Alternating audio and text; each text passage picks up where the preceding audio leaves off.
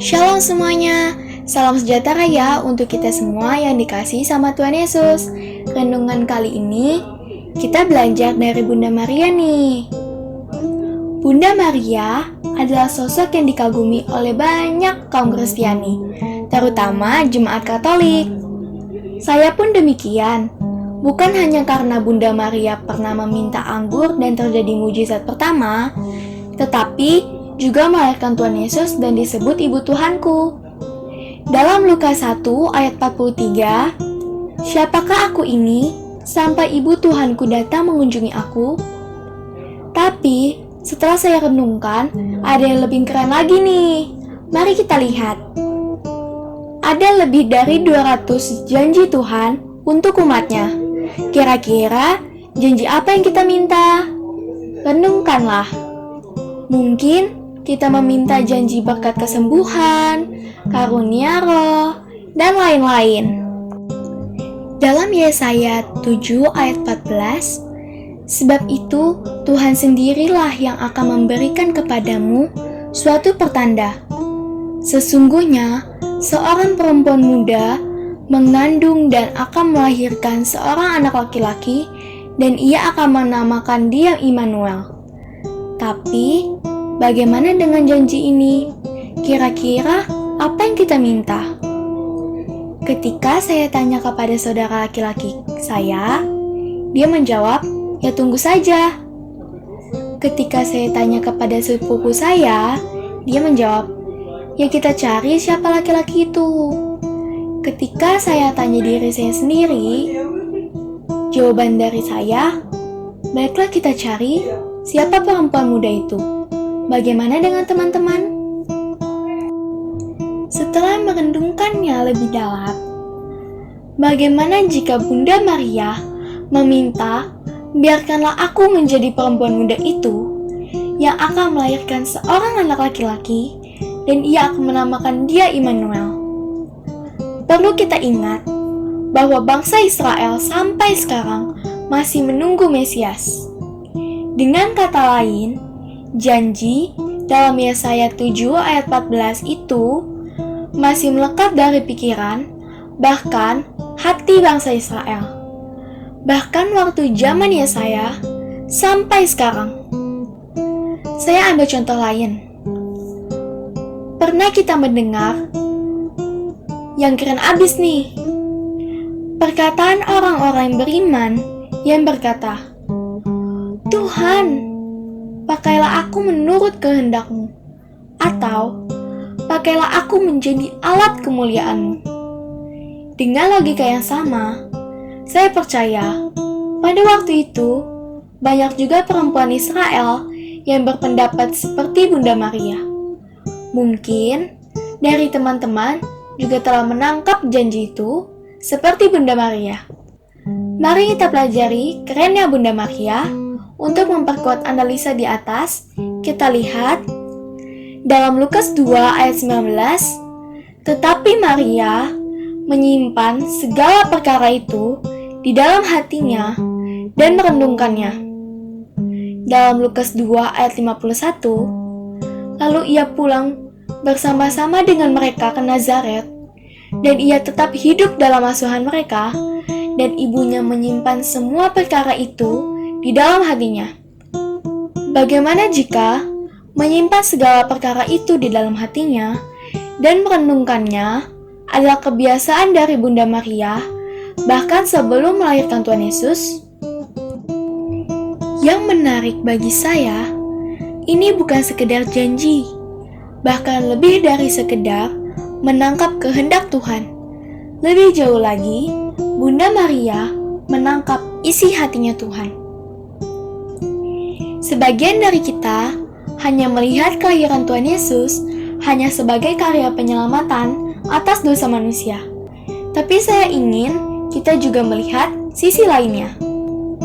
Bagaimana jika dalam Yesaya 7 ayat 14 kita kaitkan dengan Keluaran 19 ayat 1-25.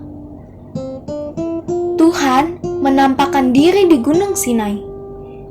Dan kita tarik ke belakang lagi ke Taman Eden, di mana Adam dan Hawa bersama Tuhan di kitab Kejadian.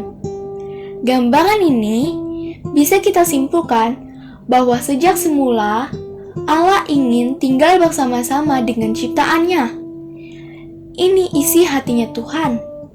Itulah sebabnya saya memberanikan diri berkata, Bunda Maria menangkap isi hatinya Tuhan. Mari kita lihat ayat tersebut. Yesaya 63 ayat 10, terjemahan baru. Tetapi mereka memberontak dan mendukakan Roh Kudus-Nya. Maka ia berubah menjadi musuh mereka, dan ia sendiri berperang melawan mereka. Yesaya 63 ayat 10, Bahasa Indonesia masa kini. Tetapi mereka memberontak dan menyedihkan hati Tuhan. Maka ia berbalik menjadi musuh mereka. Ia sendiri berperang melawan mereka.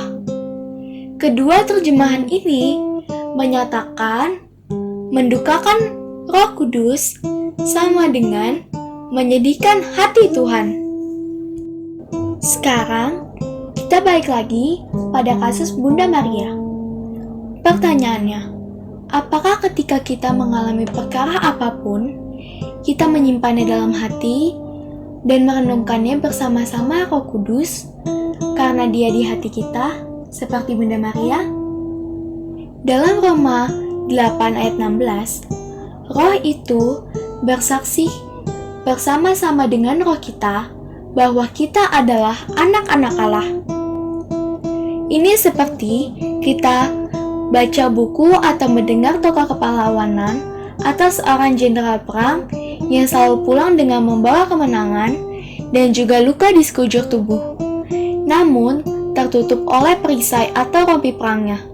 Maka tampak luarnya hanya sorak-sorai kemenangan yang terlihat, tetapi tidak pernah menceritakan sisi lain dari jenderal. Tapi ketika di rumah, dia mengeluh kesakitan dan menceritakan keluhan keadaan perang kepada istrinya. Hanya sang istri yang mengerti isi hati sang pahlawan, tapi tanpa cerita yang tertulis. Saya mohon maaf, karena ini hanya sebatas renungan saya saja, sebab tidak tertulis secara alkitabiahnya. Tapi, saya berdoa kita bisa maju dalam iman, bahkan akan banyak anak-anak Tuhan mengenal Allah Trinitas, bahkan mengetahui isi hati Tuhan. Baiklah, saya bagikan satu ayat yang akan mengiringi hidup saya dan Anda yang mau menerimanya. Dalam Kejadian 3 ayat 16, firman-Nya kepada perempuan itu, susah payahmu waktu mengandung akan kubuat sangat banyak. Dengan kesakitan engkau akan melahirkan anakmu, namun engkau akan berahi kepada suamimu, dan ia akan berkuasa atasmu. Maaf teman-teman, ini ayat kutukan Allah kepada Hawa. Tapi bagi saya, dan saya percaya Allah Trinitasku melampaui pikiran dan perasaan saya, dan saya percaya di dalam Dia, kutuk akan diubah menjadi berkat.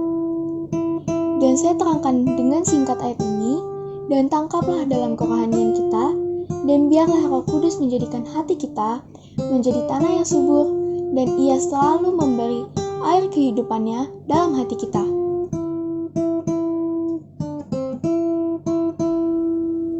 Dalam Kejadian 3 ayat 16, firman-Nya kepada perempuan itu, susah payahmu waktu mengandung akan kubuat sangat banyak. Dengan kesakitan engkau akan melahirkan anakmu, namun engkau akan berahi kepada suamimu, dan ia akan berkuasa atasmu. Ingat, kita adalah mempelai perempuan Yesus. Susah payahmu waktu mengandung akan kubuat sangat banyak. Dengan kesakitan, engkau akan melahirkan anakmu.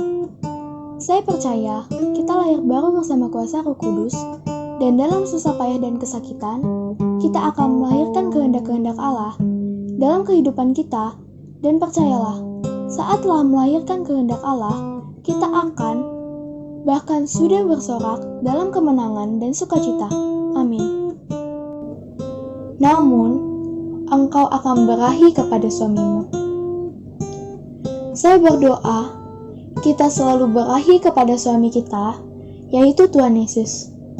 Biarlah kita terus mempunyai hubungan intim bersamanya, dari selama-lamanya sampai selama-lamanya. Amin. Dan Ia akan berkuasa atasmu. Bapa, berkuasalah atas anak-anak-Mu ini, dan kami bersyukur Engkau memberikan anak-Mu yang tunggal, sehingga kami memberanikan diri menyebut Engkau Bapa kami. Terimalah berkat dari Allah Trinitas, di dalam nama Bapa, Putra, dan Roh Kudus. Amin, amin, amin. Nah, renungan kita udah selesai nih. Semoga menjadi berkat buat kalian yang mendengarkan ya. God bless you. Bye.